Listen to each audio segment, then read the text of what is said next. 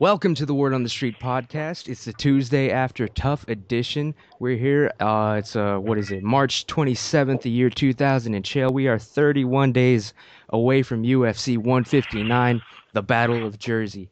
Here with me is my co-host Jake from the MMA podcast. What's going on, guys? How you doing, Jake? And we also have, of course, our infamous co-host, Team Sonnen Coach, Team Darkside Coach, Jamie, the living legend, Huey. How are you doing, Coach? I'm doing good, man. How are you guys? So far, so good. And we are also joined by UFC fighter, John Maguire. How are you doing, sir? I'm good. Pretty good. It's great to have you on. I do believe, yes, you are the first UFC fighter on the podcast that hasn't come out of, that isn't on The Ultimate Fighter. So thank you very much for giving me your time here.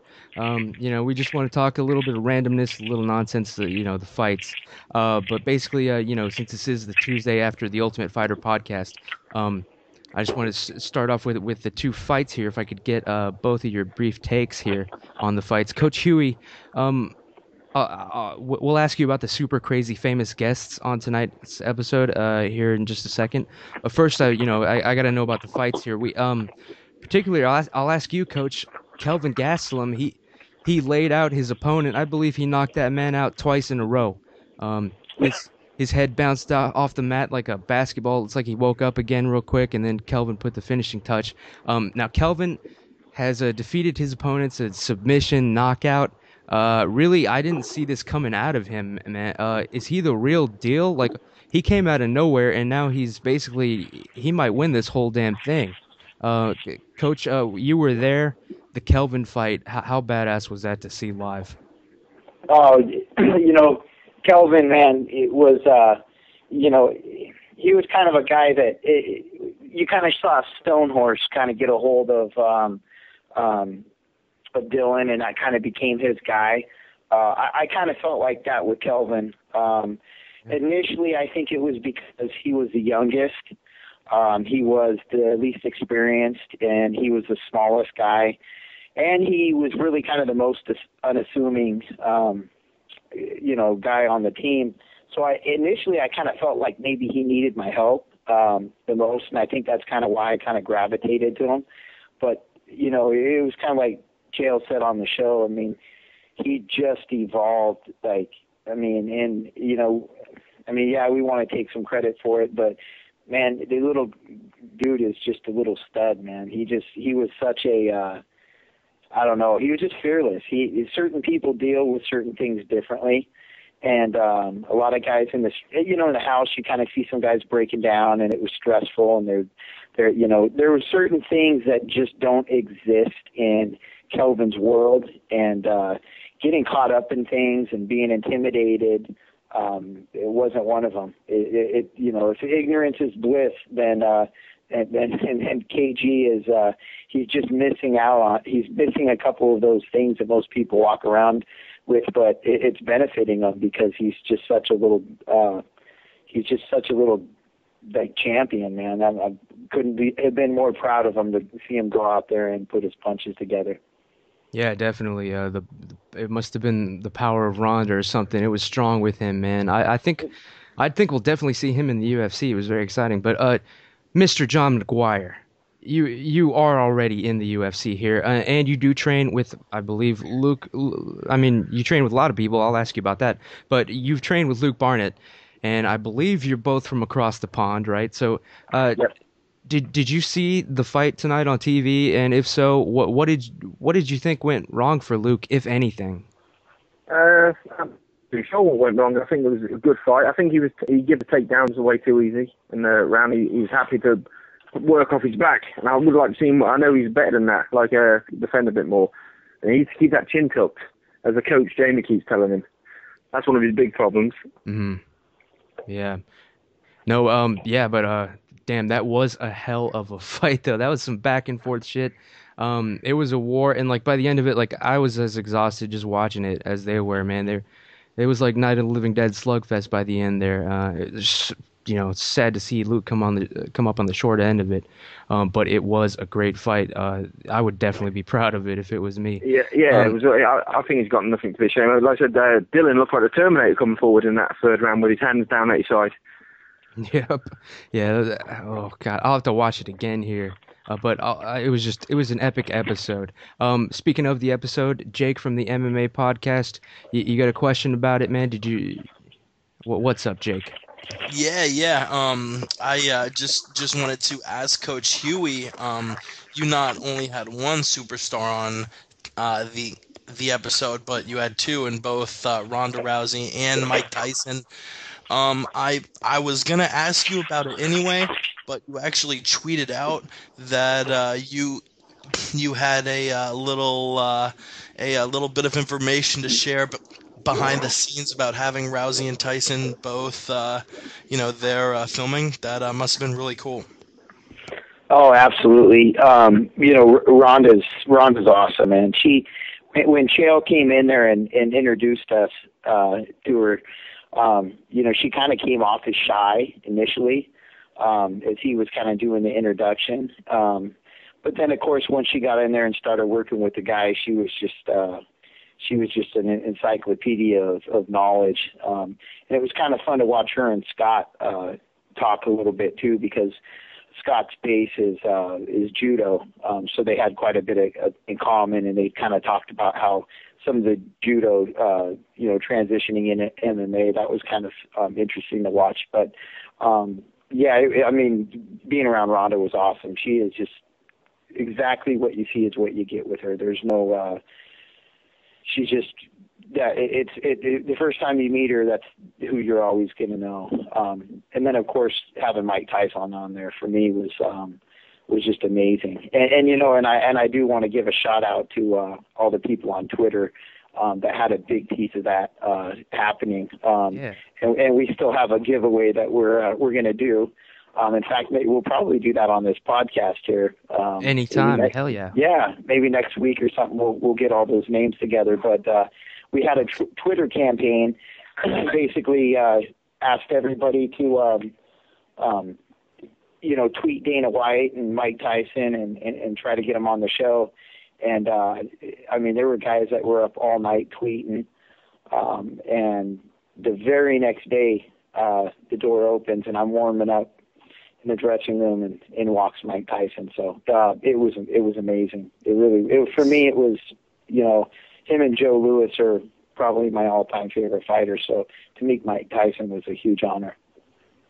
Yeah. So I guess that was the first time you had ever met Iron Mike. Yeah. I've never met Mike Tyson. I mean, I've met just about everybody. The two guys that I've always wanted to meet that haven't, maybe three is, Mike Tyson, Sugar Shane Mosley, and Marvin Hagler. Those are three guys that I haven't met, but I feel like I've met just about everybody else. So it was cool to meet Mike. Really humble guy. Oh, I've got to ask you, have you met James Toney? Several times. Yeah. Hey, John Maguire, did you see James Toney's UFC fight? Yeah, I actually did see a UFC fight. Yeah. Are you a boxing fan at all, or what's your discipline? No, straight MMA I was, but I do follow a lot of combat sports. But I followed the UFC from like day one, and I still watch every UFC show too. But yeah, I remember that fight. Yeah, sorry, I just have I have like a goof problem with James Toney. I just can't take the man seriously. I know he's a boxing legend. I couldn't take him seriously in MMA. Yeah. I'll let you in on something. The UFC 118 where he fought James Toney, I worked an undercard on that card, and he was extremely pissed off the day before the fight. We couldn't really figure out why. We figured maybe, he's fighting Randy Couture, he's stressed out. He had actually found out the night before that the IRS was taking his whole purse. Oh no! Wow! So that $500,000 purse that he got to fight Randy Couture went straight to the IRS. So he was a little upset that day. I heard he had some of those problems, man, and he should have taken his own advice, man. He should pay that electric bill. Yeah. The lights will go out all day. That sucks for him. Maybe he'll fight Wesley Snipes or Nick Diaz. John Maguire, how did now you're training with Luke and Team Sonnen members and fighters and the coaches. How did you get hooked up with these crazy bastards anyway? Like, what's the word on the street on how you came to be training up there with everybody?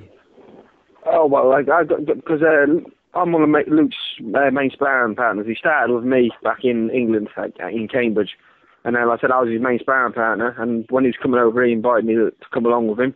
And I jumped in. I'm a big Chael fan. So it was like an honor to come out and train with him. And all big guys. I enjoy it, but it's really good. Yeah, no kidding.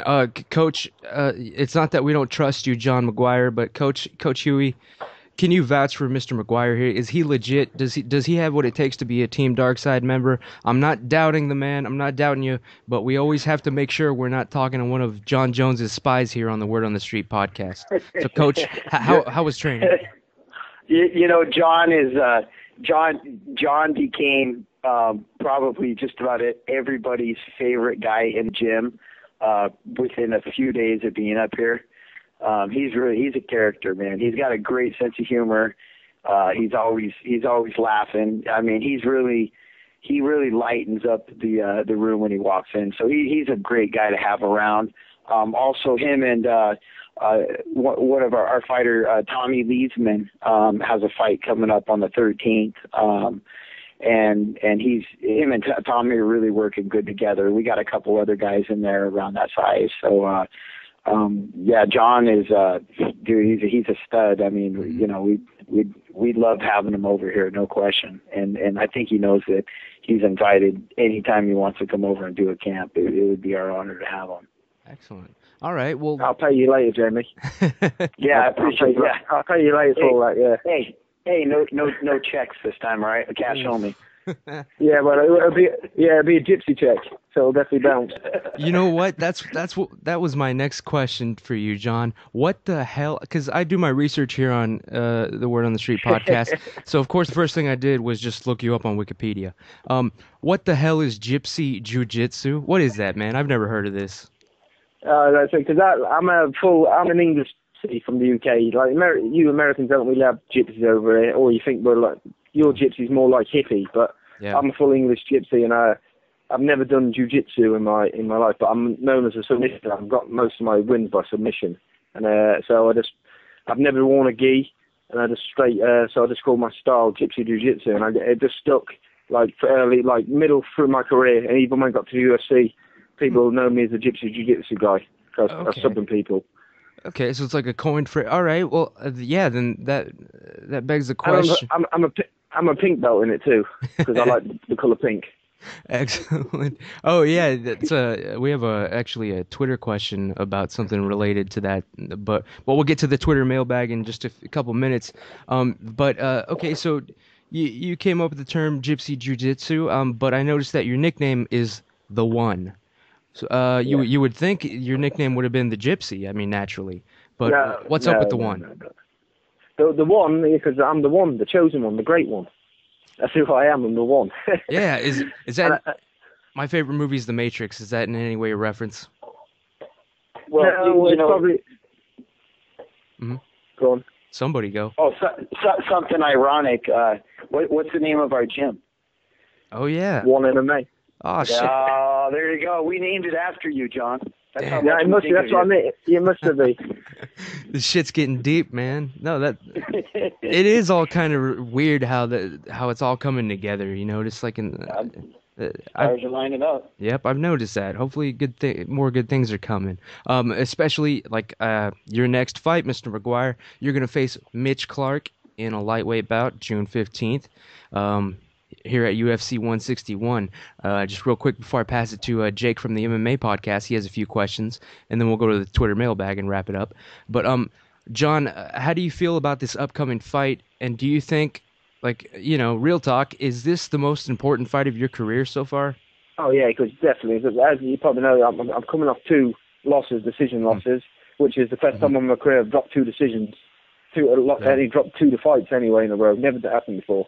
and it's going to be my first fight. But people are saying that my natural was at 155. So if I get the weight cut right, Mitch Clarke shouldn't live with me, or whatever his name is. I can't even remember the guy's name, but he shouldn't be able to live with me. I'm that confident.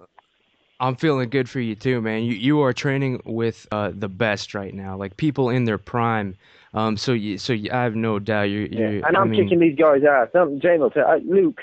I kick Luke's ass on a regular basis. He can't touch me, just so you know. Yeah. He may be big, but he is slow. That's why he's a big slow.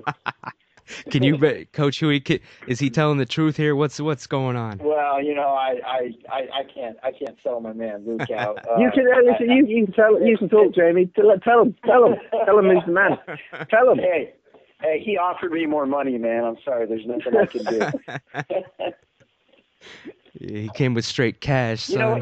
Can I make a comment real quick, if you don't mind? Everybody on Twitter, if you could tweet Dana White and just tweet in general, UFC, there was no question that thus far in the season, that Luke's fight with Dylan has been fight of the season thus far. Obviously, we still don't know what's going to happen, but, if you guys can send those tweets out, I think it's deserving of both guys. They really put on a show tonight. Obviously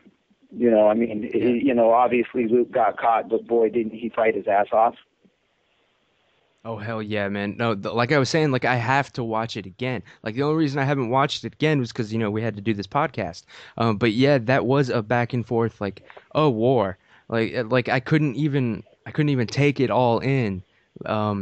But yeah, even though he lost, like, at the end of the fight, I wasn't disappointed. It was one of those where you're just like, damn, like, they should shake hands, and that was fucking epic. Yeah. So yeah, we will put the word out there. Everybody in Team Darkside, Team Sonnen out there, you heard it straight from the living legend, Jamie Huey. Tweet Dana White, tweet the UFC. Let them know what you thought about this tough fight. I do think it was one of the most. I mean, it went. They took it to a third round. That's always a good sign, and they delivered in the third round, man. That was like some Rocky movies type shit at the end there when they were just barely standing on their feet trading. Man, that was awesome. Now, yes, Jake from the MMA podcast. Sorry we forgot about you there, but you are on with Coach Jamie, the living legend Huey, and UFC's John Maguire. What you got, man? Yeah. I got a few questions real quick for the one, John Maguire. First off, I want to go back to your last opponent who's recently made waves in the MMA news scene, Riddle. But before we get to the nature of his two failed drug tests and subsequent termination from the UFC, I want to find out what this dude's all about. He gets in a Twitter beef with Kevin Randleman, says he'll never rejoin the UFC now. Seems like a lot of craziness. Do you keep up with Matt? Is he a knucklehead? What is the deal with this guy?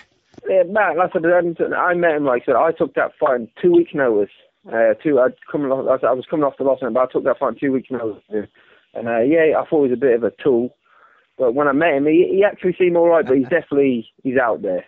I think there's something. He's not all there. I'd like to put it in a nicer way. He's definitely got issues. Definitely. Yeah, he failed 2 drug tests within a year for marijuana. Only an idiot would do that. Yeah, I mean, I totally side with you on that. If you're a pro athlete, even if you smoke weed, you can't cut it close. You've got to take off. What you think is good and add a couple weeks. But as far as the whole, marijuana thing goes, do you think fighters should be allowed to smoke? I've seen a lot of guys take both sides on this issue. No, I don't think you should be smoking. You're an athlete. Why do you want to smoke marijuana or drugs? Why do you need it? Come on. No. That's my opinion. Definitely not. No. I'm against it. You're an athlete. And you're like supposed to be like, especially the top guys, you're like a role model. So why don't be smoking? Yeah, and a more serious issue people are talking about, Dana's cracked down on recently, the whole TRT issue. What are your takes on testosterone replacement therapy? Same. Really. Why do you need it? I don't think you should be taking it. I'm one again. I'm not. People have probably got their own reasons, but me, I'm against it. Like I said, I'm a clean fighter. I'm not saying thingy, but I think it's bullshit. True enough. Well, you pretty concisely went over all my questions, Ramsey, so I'll pass it back off. Yo, John, welcome to Team Darkside. We're going to be rooting for you hard. UFC 161, June 15th. He's going to be taking down Mitch Clarke in Winnipeg. Yeah. Don't miss it, everybody. You're going to see something special, I can just tell you that. Hell yeah, brother. It was great talking to you. I'll definitely be watching. Now, John Maguire, we do have some questions from our Twitter mailbag, but I do just want to. I noticed you guys were talking about the marijuana. You know what I got to say? The word on the street. We are sponsored by marijuana on this podcast, I have to say. But I do agree with you that if you are an athlete, you have no business getting high any time around your fight or when you're seriously training. Because I know if I was fighting and I was high and you put me in a fight, I would get in there and start. I would have a heart attack just realizing, like, what the fuck am I doing in a cage with gloves on? Why don't I have a shirt on or shoes? What is this all? What am I? How is this going to end positively for me? But you do that without even smoking or doing any drugs, John Maguire. Why? I mean, this is a pretty involved question, but just why are you a fighter? Why is this what you're doing right now with your life? Well, I just want to think. I just enjoy the sport. I like the competition. It all started for me. Like, I was a fat kid. I weighed about 250 pounds originally before I started. Damn. I'm sitting on the couch and looking at these guys fight and beat each other, and I just sat there one day eating a cheeseburger in one hand and a full fat Coke in the other, and I was like, damn, I can kick these guys' asses. And that's how I thought. And I thought, I'm gonna go and join the gym. I put the burger down. I'm gonna join the gym and start training. Yo, true story. Damn. It's a true story. It's no lie. It's a true story. I've got the pictures to prove it. John, sorry, I have one question I forgot to ask, and you talking about that kind of made me think of it. Your next fight, you're cutting down to 155, which if you would have told that kid on the couch he was going to be fighting at 155, he'd probably shake his head. You've fought at middleweight and most recently in the UFC at welterweight. How is this cut down to lightweight going? Is it a lot tougher? How are you managing that? It's going to be tough, because I think the last time I weighed 155, I was about 12, and that's a few years ago. I ain't lying. I was about 12 the last time I was 155. I ain't been there for a long time, but I did a bit of a practice cut before I come out and train with Chael. Come out here, and I did a practice cut, and I got down to 162 with ease, without even training. Nice. So, because I've always made welterweight easy, and I've done like a practice cut, as you say, but I've not officially made the 155. But I'm weighing about 180 now, and I'm like 3 months out. So I think I should do it easy. Nice. Yeah, and shout out to Mike Doce. He shot Luke and John the cookbook over recently. Yeah, and obviously, I mean, if you follow that, then there's not, yeah. And of course, I've got Luke on my back. Because I'm one of these guys. I'm going out trying to pick. I'm over in the US, and there's all junk food, and I want to eat it all. I'm picking donuts up and going in. Luke's like right on my ass, telling me to put it down. He won't even let me eat most of the time. I just want to eat. I think I saw a picture. Weren't you with him at the Mean Street Pizza, Chael's restaurant? No comment. Yeah. And I've also been out. We also went to because I'm a big donut man. That's one of my, like, in the UK, I'm known for eating donuts on the scale now. We also went down to Voodoo Donuts, and we had a box.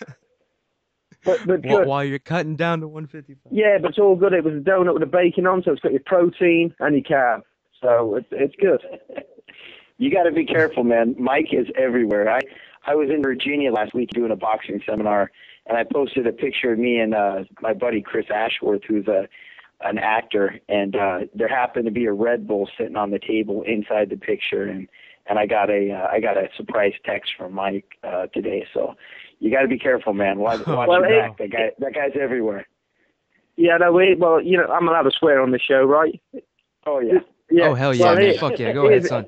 Yeah, fuck yeah. Like, a week ago, Luke was on the phone to Mike Dolce, and I was in the background. I said, ask Mike how many donuts I can have in my diet.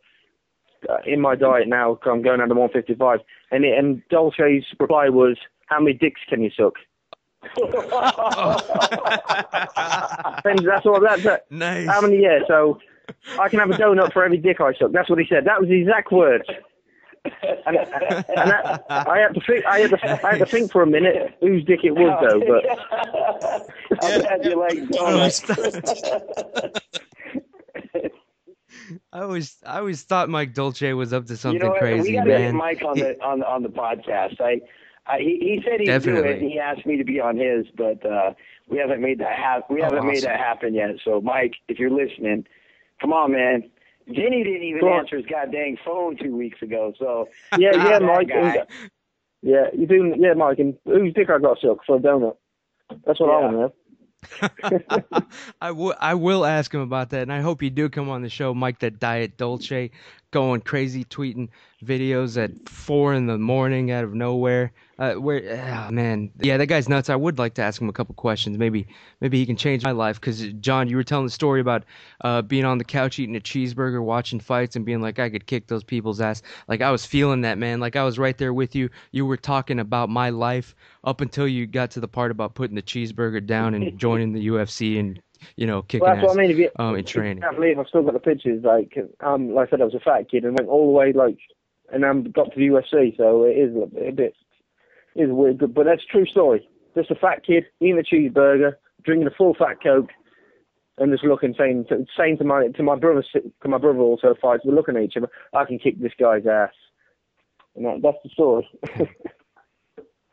Yeah, man, and that brings us to the Twitter mailbag because someone was asking about that.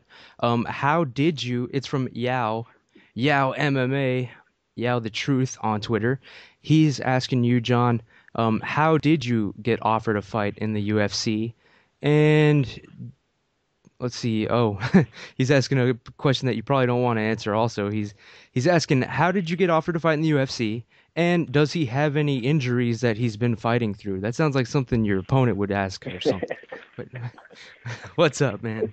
How did I get offered this? Well, I went to a couple of tough tryouts, and I got all the way to the callback, and the season I just didn't get on it. I forgot what season it was when you didn't have to fight off, you just got straight in the house.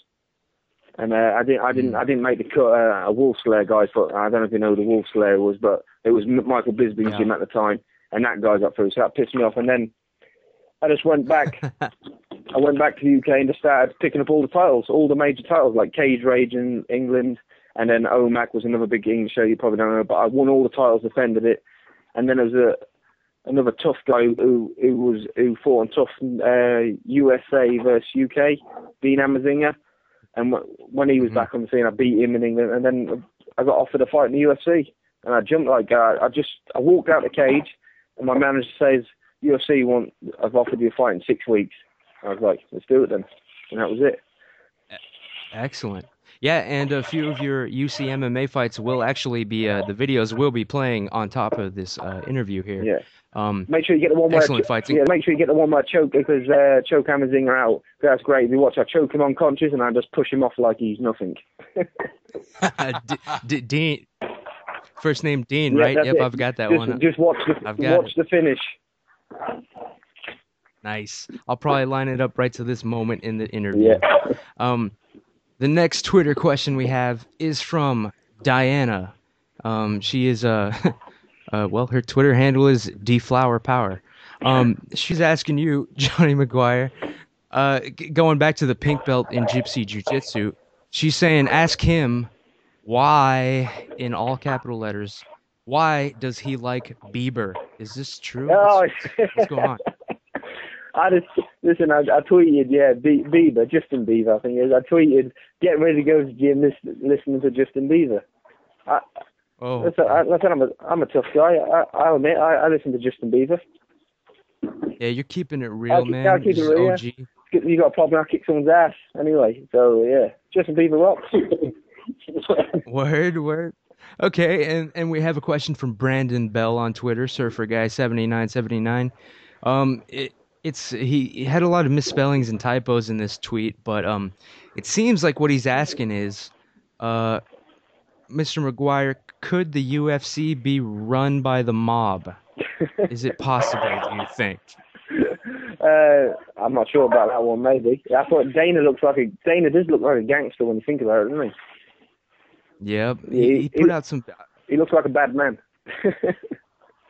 He's the Lex Luthor of MMA. He put out some video today where he's like riding a motorcycle at 120 miles an hour. Like, what the hell? What if he dies, man? If something happens to him, God forbid, MMA is going to be set back by quite a bit. Yeah. I don't know what you're doing, Uncle Dana, riding around when doesn't he have like some sort of like danger clause or something? Like Maguire, like are there certain things that you're not allowed to do that you would like to do, but under contract you're just not allowed to do for safety reasons? I'd like to send naked pictures out to myself to all the female fans, but it's in my contract. I can't do it. I'd love to send some pictures out, but that's in the contract. Yeah, that'd be a little dick pics from the UFC fighter. I think that would make a headline. Yeah, I'd say it's coming back to the fans, isn't it? Like send a few naked pictures. I look good naked. And I like it, but I can't do it. I hear you, man. I guess I'm never joining the UFC. Yep, that does it for me, man. Yeah, that's what I mean. I'm gonna stick to eating cheeseburgers and tweeting dick pics. I could kill a cheeseburger now. Honestly, I'm craving. You keep saying cheeseburger, and I know I said it earlier, but I'm craving a cheeseburger now.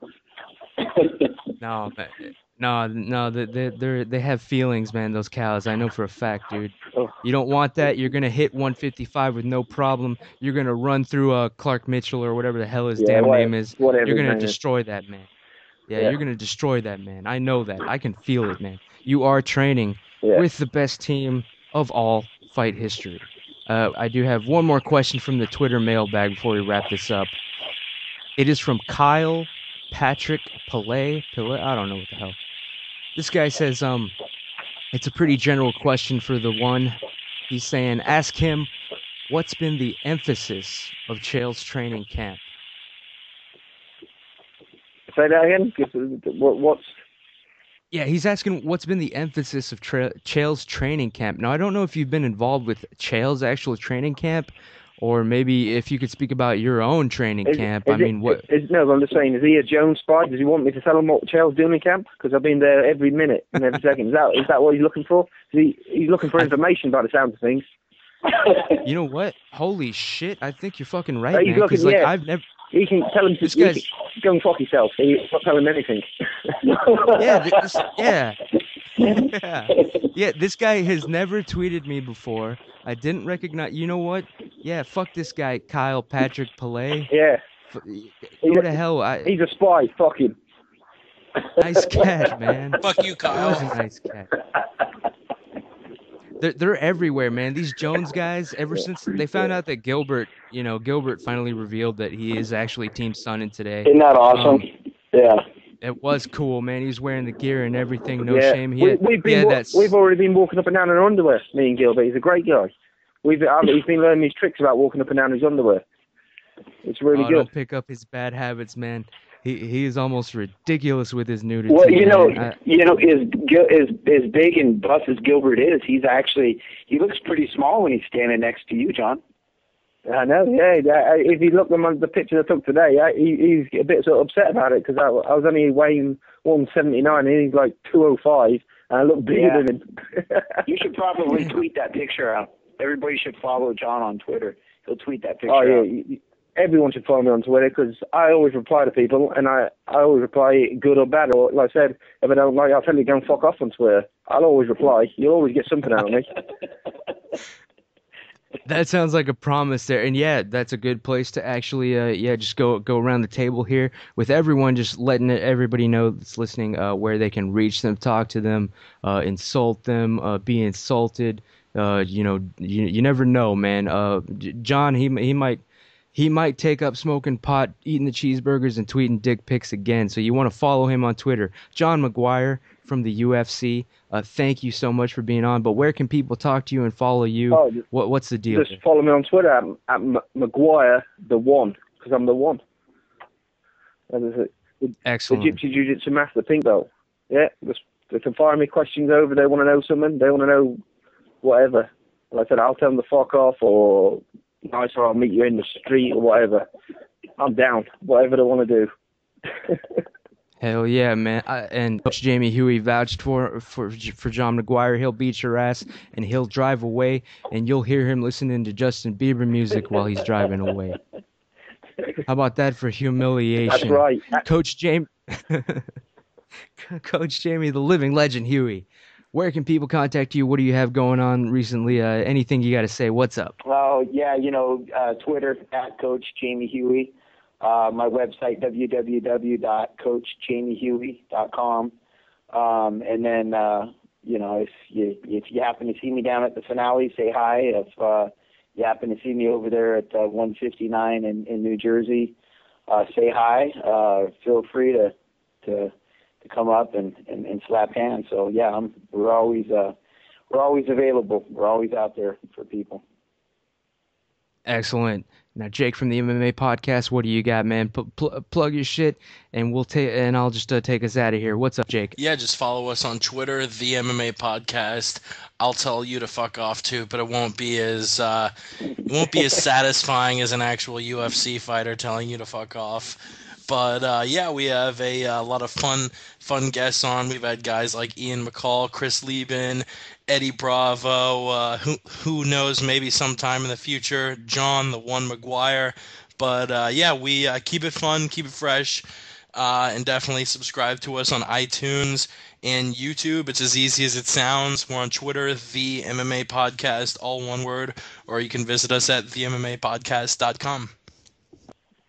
Oh, and I did almost forget, and thankfully, I didn't smoke too much before the show, so I did remember. Mr. John Maguire, I do have one more question, and then that'll end the show. One more question, which I ask every guest on the Word on the Street podcast. This question, and you got to keep it real, no bullshit, sir. UFC 159, the fight between Sonnen and John Jones. How do you see that fight going? What is your honest prediction? What's the word on the street? My honest prediction? Fuck John Jones. Yeah. Yeah. That's my honest prediction. That's what I'm talking about, Yeah. man. That's what I'm saying. We need more people like this. That's it. That's my opinion. Fuck it. That's what I'm talking about. And Coach Jamie Huey, thank you for booking this guest. He fits right in. This podcast was tailor-made to have him on. Damn, thank you, John Maguire. Thank you, Coach Jamie, the living legend Huey. Thank you, Jake from the MMA podcast. It's been great talking to everybody. We will end the Word on the Street podcast right here. It was an epic one. We will see you next Tuesday, of course, as always. But yeah, everybody, I just want to, everybody, let's just say good night, and we will end this conference call. Later. Good night, everybody. Good night. Later. We're out.